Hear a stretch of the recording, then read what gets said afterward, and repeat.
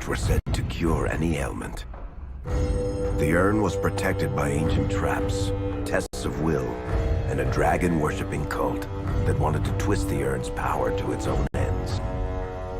The urn remained pure, but mysteriously disappeared after the wardens departed. Only the temple dedicated to it still stands. With a pinch of the ashes, the hero restored the Arl to health. Informed of Logain's treachery, Eamon swore his political and military support. The circles of Magi are bound by oath to aid the Grey Wardens in times of blight. However, Lake Calenhad's tower could offer little help. One of its mages, Uldred, had become possessed by a pride demon and was twisting other circle mages into abominations. The hero fought to the top of the tower and defeated Uldred, saving the remaining mages. Grateful for their lives, the mages joined the Warden's army. The allies gained at the circle were not the only soldiers to join the Warden's forces, however. Dalish elves don't usually make alliances, but even deep hatred can be set aside in the face of oblivion.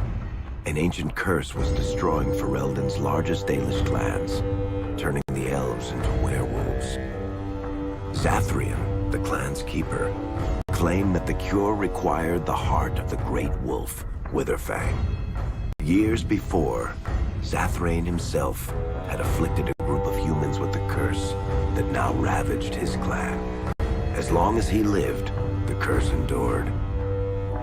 The hero freed the werewolves from the long-standing curse, and the Dalish joined the Warden's forces. Blights may happen hundreds of years apart, but the dwarves who live below the surface of Thedas fight Darkspawn every day. No one is better schooled in battling Darkspawn than the warriors of Orzammar, except perhaps their allies of old, the Grey Wardens. The hero arrived in Orzammar in the wake of King Endrin's death to find political factions fighting for control of the dwarven capital.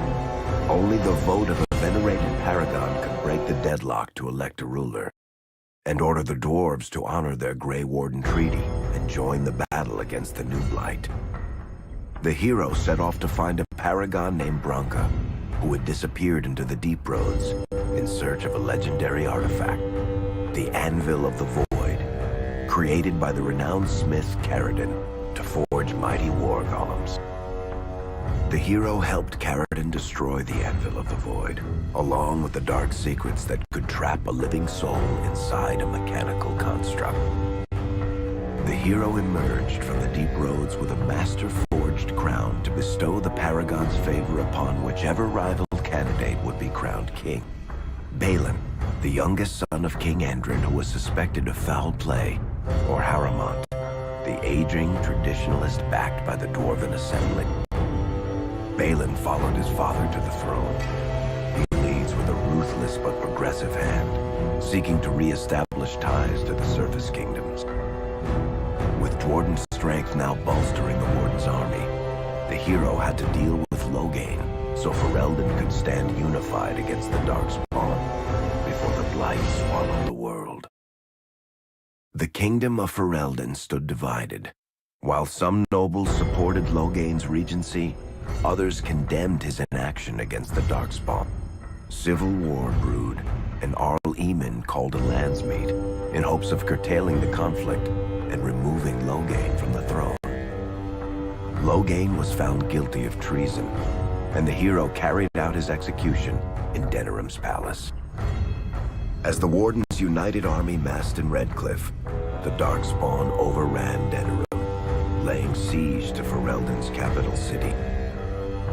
The hero's army fought valiantly through Denerim and broke the Darkspawn siege. On Fort Dracon's highest tower, the hero's strongest allies fought alongside the Warden in a final heroic battle against the massive Archdemon. The Archdemon was killed without the sacrifice of a Grey Warden's life. With no Archdemon to lead them, the Darkspawn scattered. Most fled underground, still teeming in number and always seeking a new Archdemon to awaken. The shattered kingdom of Ferelden embarked on a long journey to recovery. In the Blight's aftermath, strong leadership was crucial. Alistair, King Caelin's half-brother, and Queen Enora, Caelin's widow and daughter of Loghain, joined in a political union.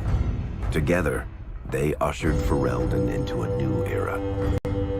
Ferelden still stands, as obstinate and resolute as the Dog Lords ever are, but the events of the Fifth Blight loom over it as the nation rebuilds.